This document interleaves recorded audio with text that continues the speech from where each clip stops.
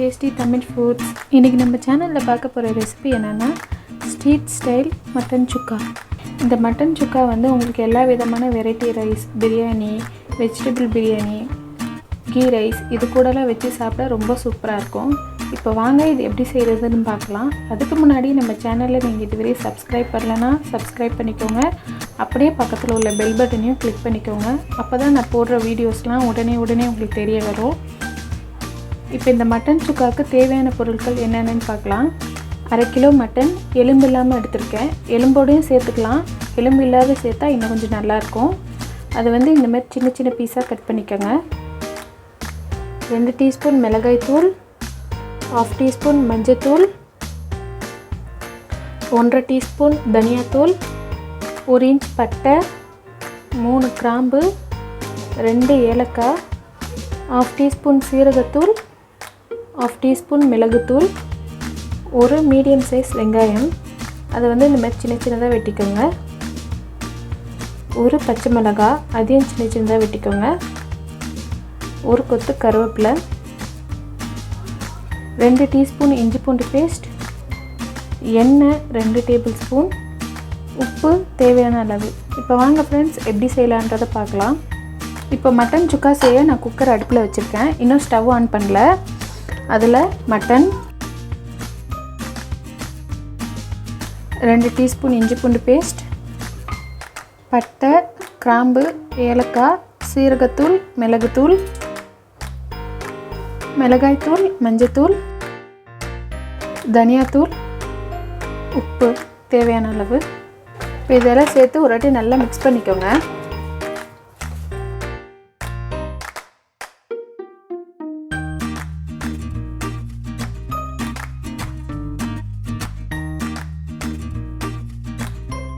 பாருங்கள், நல்லா மிக்ஸ் பண்ணியாச்சு.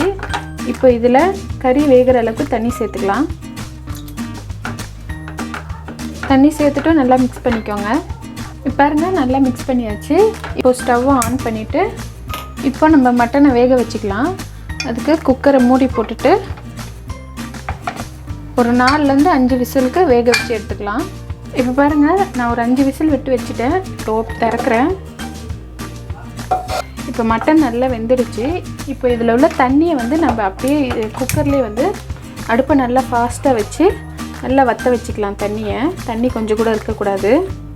இந்த தண்ணி இப்போ நல்லா வற்றட்டும். இப்போ பாருங்கள், இந்த அளவுக்கு தண்ணி வற்றினா போதும், ரொம்ப ட்ரை ஆக்கிடாதீங்க. இந்த அளவுக்கு தண்ணியெல்லாம் நல்லா வற்றிட்ட பிறகு இந்த மாதிரி ஒரு பேன் வச்சுக்கோங்க. இப்போ பேன் சூடாயிடுச்சு. இப்போ இதில் எண்ணெய், இப்போ எண்ணெயும் சூடாயிடுச்சு. இதில் பச்சை மிளகாய், வெங்காயம், இது ரெண்டையும் சேர்த்துட்டு நல்லா வதக்கிக்கணும். வெங்காயம் வந்து நல்லா கலர் மாறணும், அது வரையும் வதக்கிக்கலாம்.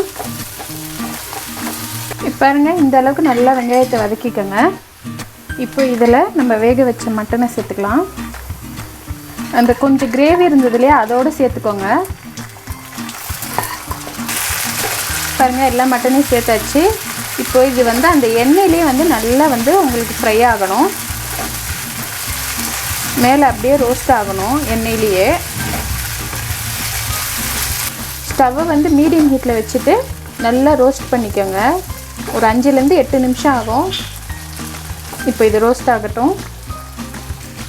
இப்போ பாருங்கள், இந்த அளவுக்கு நல்லா ட்ரை ஆகிடுச்சு. இந்த அளவுக்கு நல்லா ட்ரை ஆகணும். வெறும் எண்ணெய் தான் தெரியணும், கிரேவிலாம் எதுவுமே தெரியக்கூடாது. இந்த அளவுக்கு கொஞ்சம் ரோஸ்ட் ஆகிட்ட பிறகு ஒரு கொத்து கருவேப்பிலை சேர்த்துட்டு அடுப்பை சிம்மில் வச்சு ஒரு 2 நிமிஷத்துக்கு ஃப்ரை பண்ணிக்கலாம். பாருங்கள் ஃப்ரெண்ட்ஸ், இந்த அளவுக்கு நல்லா ஃப்ரை பண்ணிக்கணும். பாருங்கள், எவ்வளோ ட்ரையாக இருக்குது. இந்த அளவுக்கு நல்லா ட்ரையாக ரோஸ்ட் பண்ணிக்கணும். இப்போ ஸ்டவ் ஆஃப் பண்ணிக்கிறேன். ரெடி ஆகிடுச்சு. அவ்வளோதான், ஸ்ட்ரீட் ஸ்டைல் மட்டன் சுக்கா ரெடி ஆகிடுச்சு. இந்த பாருங்கள் ஃப்ரெண்ட்ஸ், இப்போ ஸ்ட்ரீட் ஸ்டைல் மட்டன் சுக்கா ரெடி ஆகிடுச்சு.